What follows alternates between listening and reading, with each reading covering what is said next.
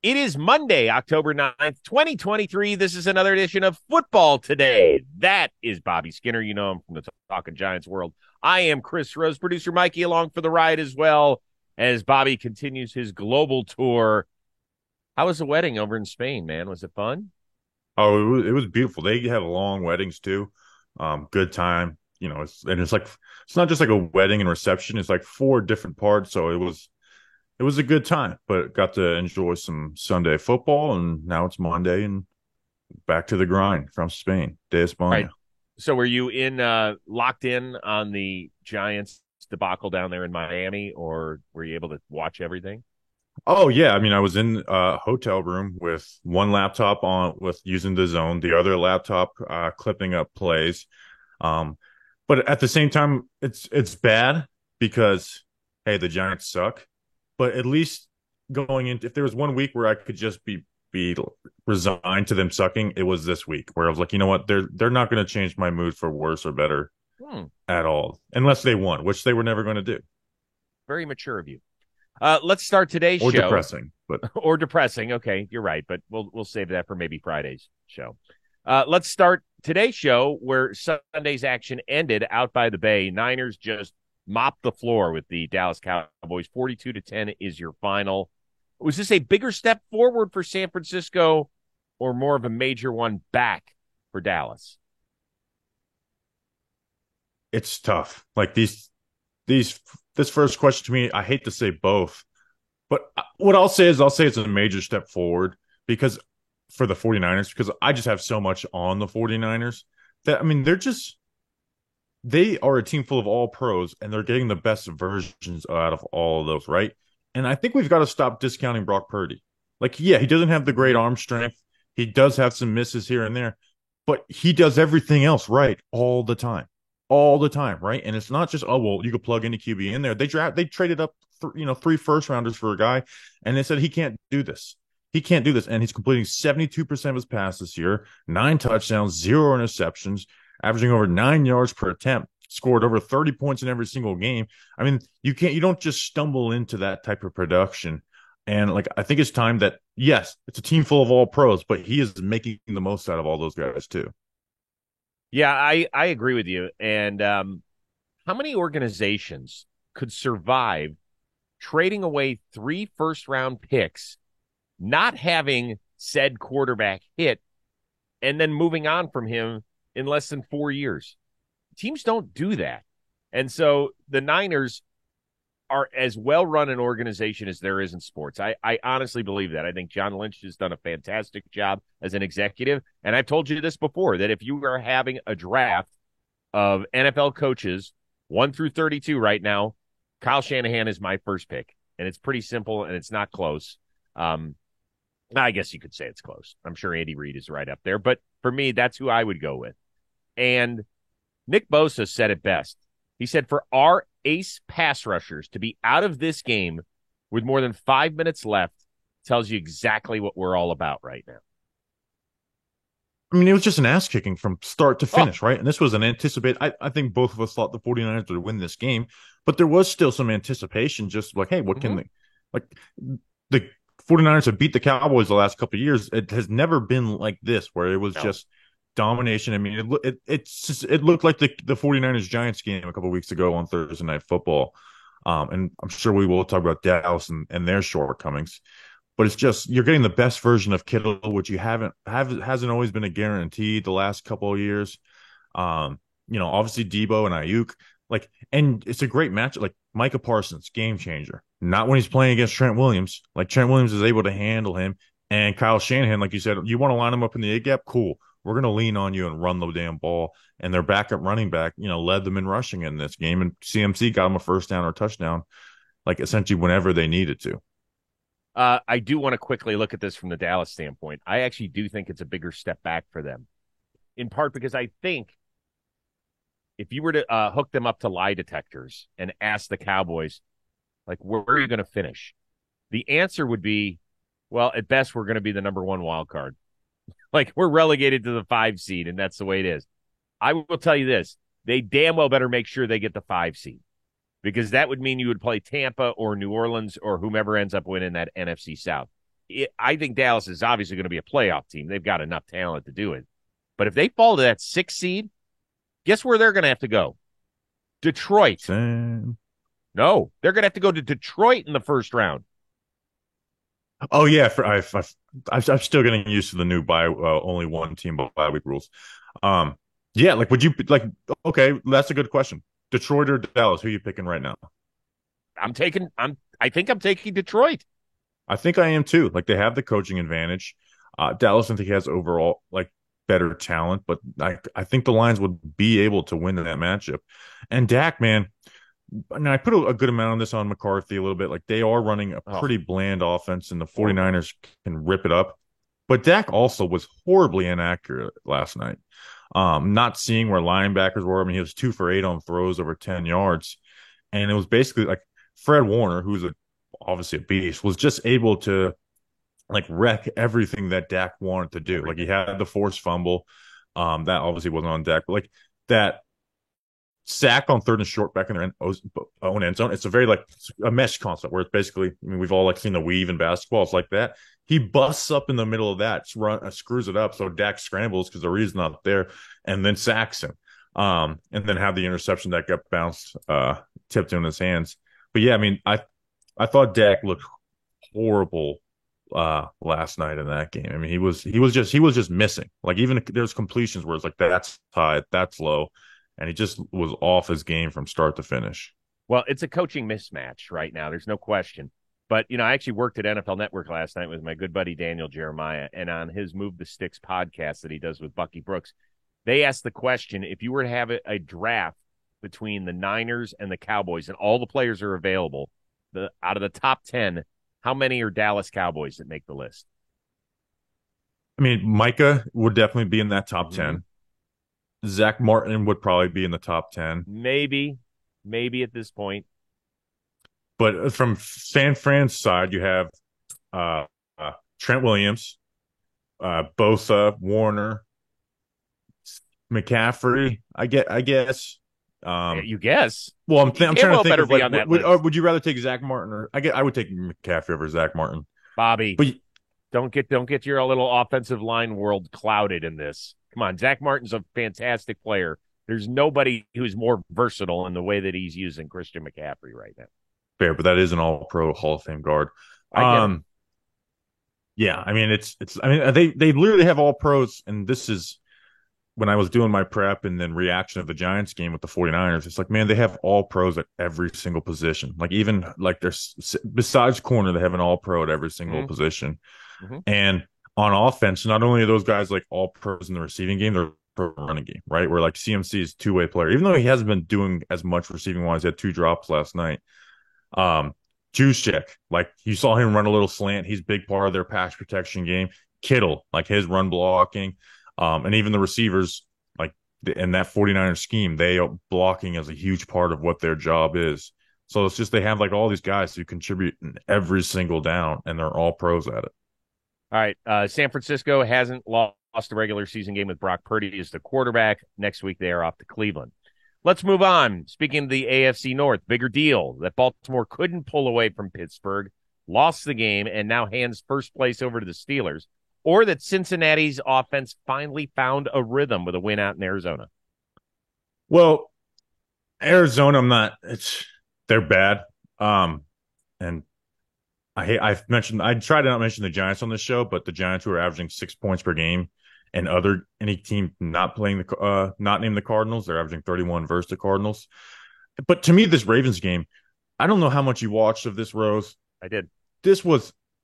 I've never seen a meltdown like this where it's just so many self-inflicted wounds. I went through it just drive by drive, watched this game like intently and taking down numbers. I just want to go drive by drive. The second drive of the game, they're moving the ball 12 yards, 14, 11, and touchdown, right? Third drive, they get the first and goal at the 4. They drop 2 touchdown passes in a row on second and third down, kick a field goal.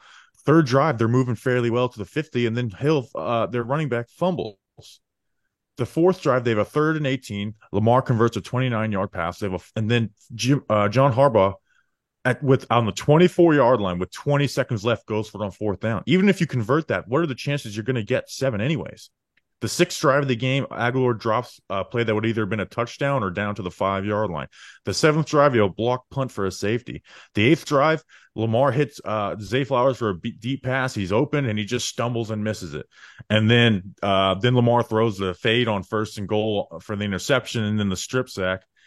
I count. They had 7 drops. 7 drops in this game. It's one of the most self-inflicted losses I've seen in a long time. Yeah, and they had a chance to sweep road games in the division with that win. They've already won at Cincinnati. They've already won at Cleveland.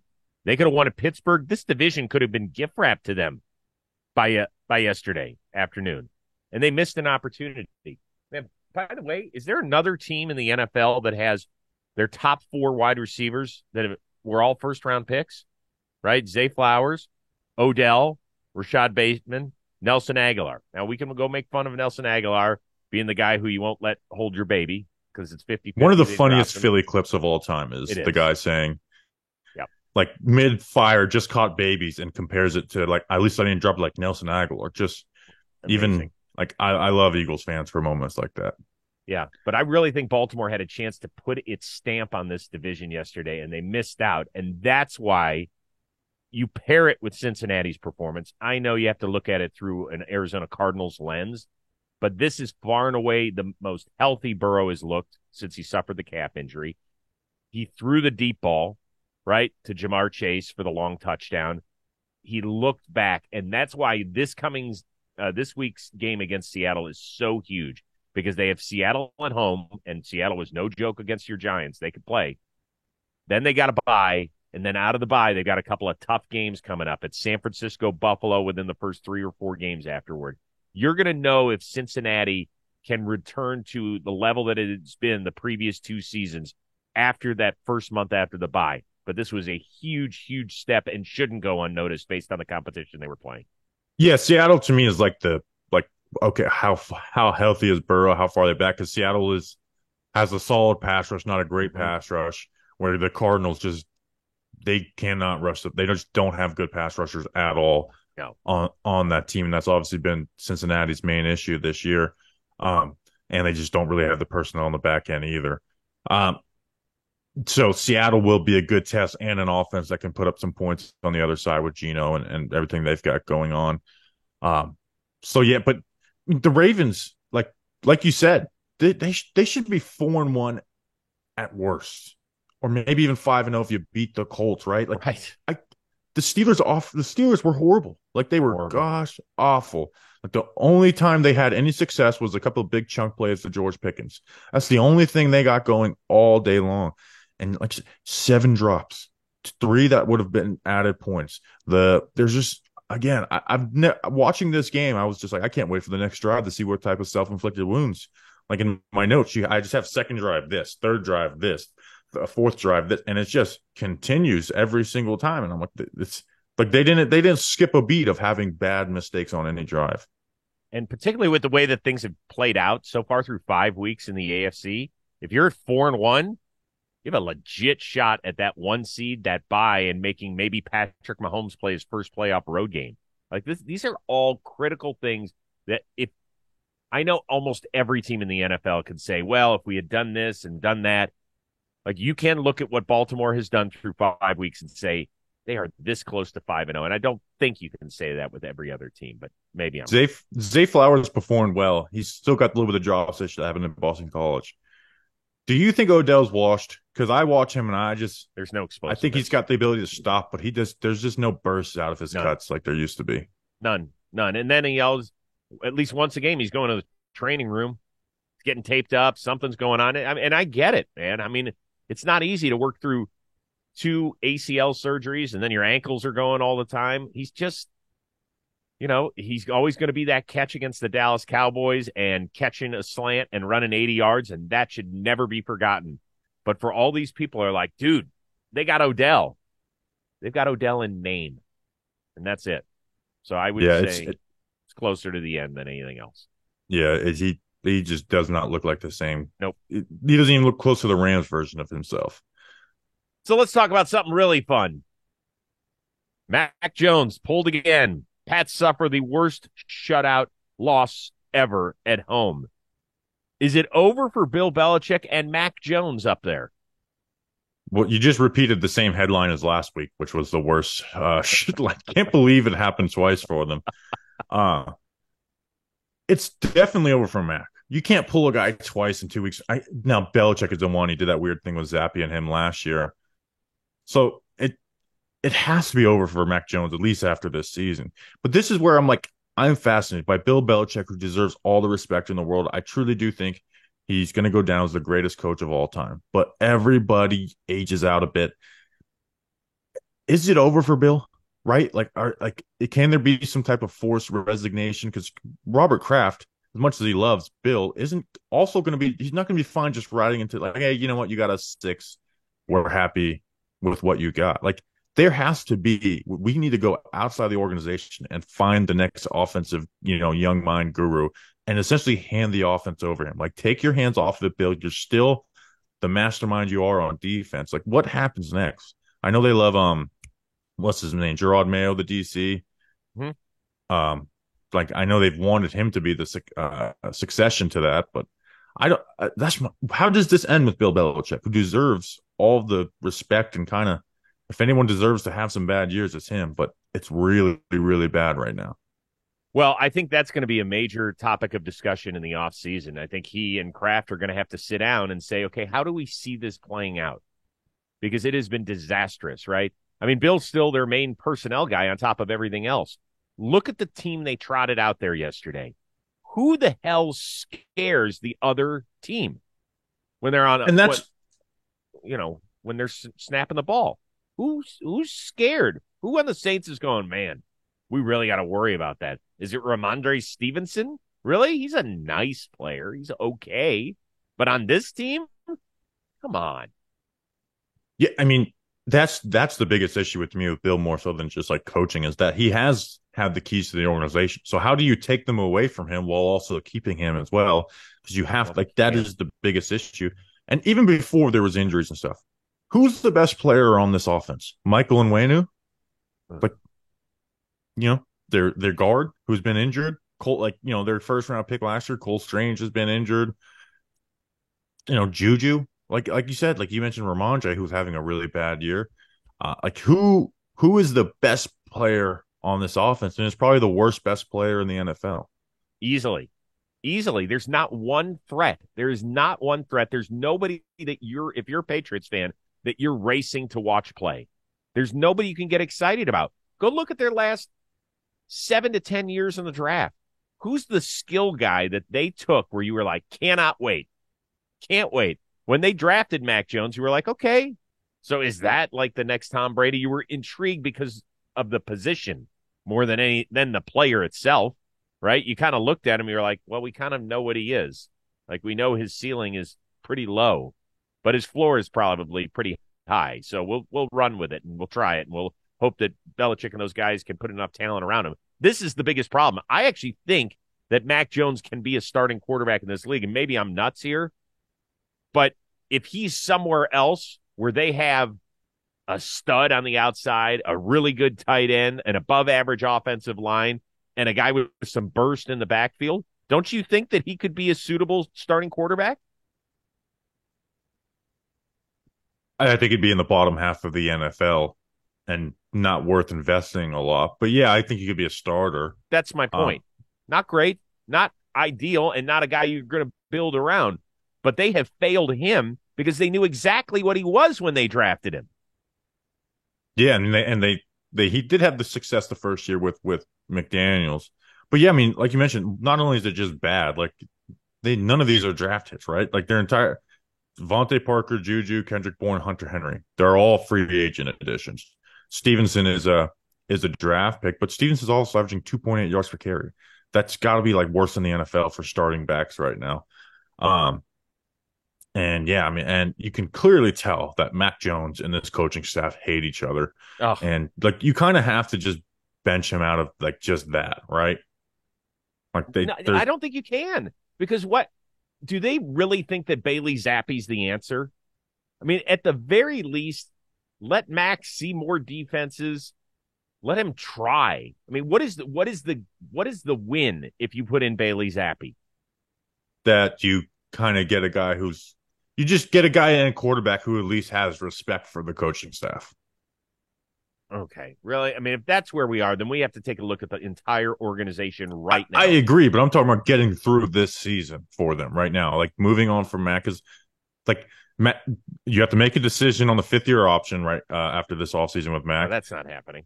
Yeah, and they're not gonna like even if they add weapons, they're not turning this thing all the way around. No. And get an offensive mind in there. Like I don't know. Like I think you kind of do have to pull Mac though because it's just dysfunction, and you don't want it to get like leak throughout. Like and again, like, how much work. I told myself I'd retire. The how much worse could it get than this after the Giants 2021 season?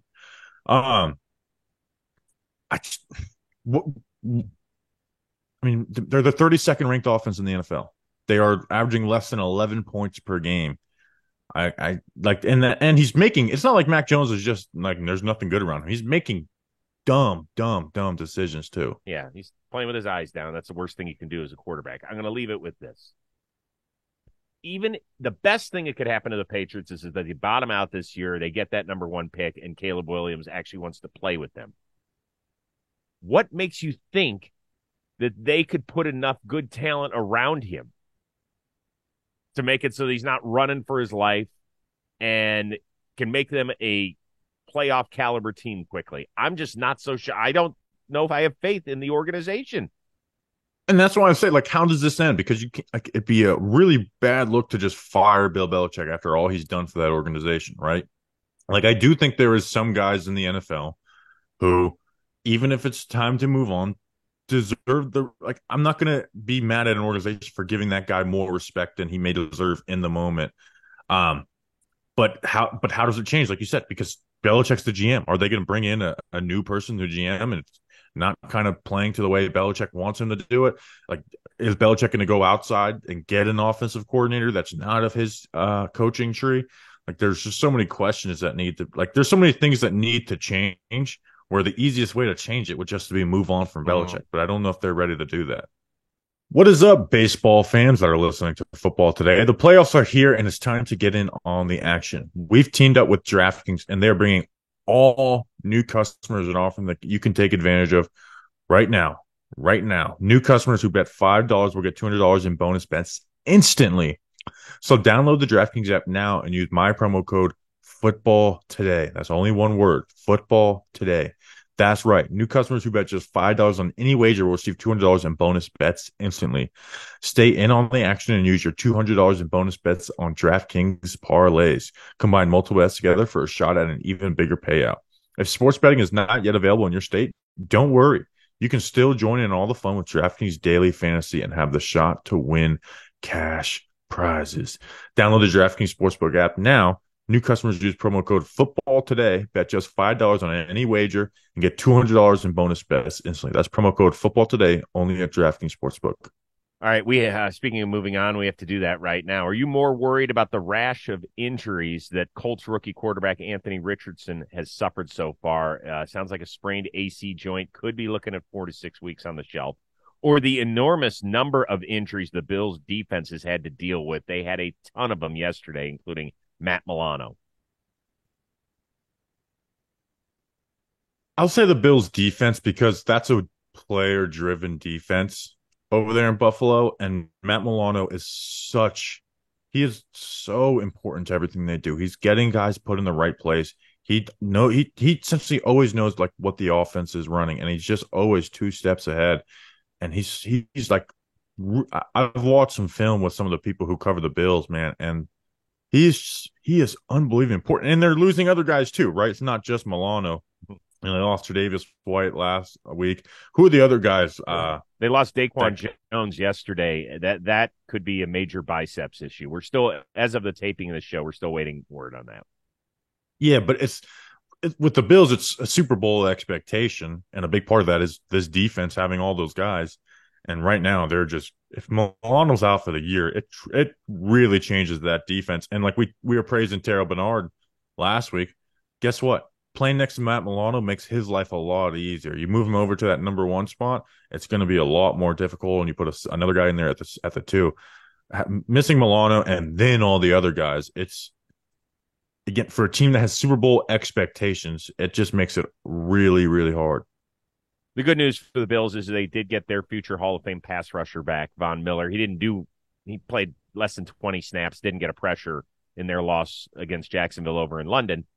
But the good news is he's here, and he was extremely productive when he was on the field a season ago. He had 8 sacks in 11 games. So that'll help. You know, both starting corners were out yesterday. Shaq Lawson, who at least is a rotational piece on the defensive line, was out. Greg Rousseau was out. So once they get Rousseau back, that's not a long-term injury thing. But yeah, this is painful for a team that has dreams of playing in Las Vegas in February. I do want to say something about Anthony Richardson. He has now been hurt 3 times in 5 games, all of them on runs outside the pocket. He is a large, large man. He is just enormous. And when he has played well. He has played, particularly for a guy who had 0 experience at Florida. He made 13 starts. I mean, that's nothing. So for him to have come in and played this well and opened eyes means a lot. I am worried. I think this kid, because you don't want to change the style of a kid. I think it's part of the reason you drafted him. But man, after like year 7, Cam Newton, you're like, ugh, I can't watch another Cam Newton start. And because of the size, those guys, they just physically resemble one another, and the style of play, I don't know. Do you tell a kid to kind of calm it down right now?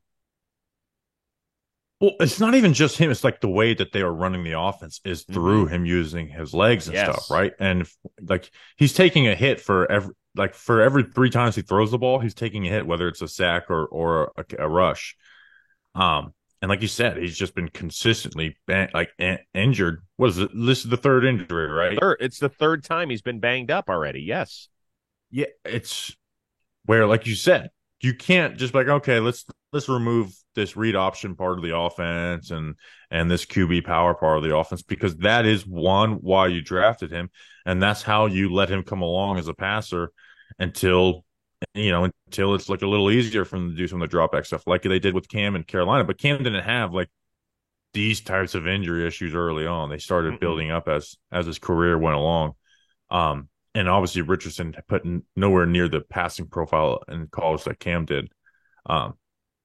Yeah, I don't know. Like that's got to be a real dilemma for that coaching staff, because you can't just let him continue to get hurt, but they're calling this offense in the best way to develop him and make him successful, but it's costing him consistent injuries. Listen, he's now started 4 games. He's left early. 2 of the games he had 10 carries each.